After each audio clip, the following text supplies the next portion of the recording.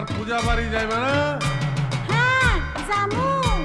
তাহলে একটু সাজগোজ করো, লোকে দেখবো। কি দিয়া সাজুম? এইবার কিছুই তো দিলা না। কেমনে দেমু? এবার পূজা বোনাসও পাইলাম না, তোমারেও কিছু দিতে পারলাম না।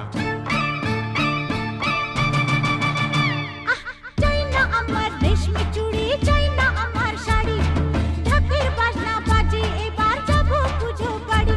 ও দেখতে যাবো মাকে আমার, সাজের কি দরকার? তুমি আছো সাথে আমার, সাজের কি দরকার? ও চাই না আমার রেশমি চুড়ি,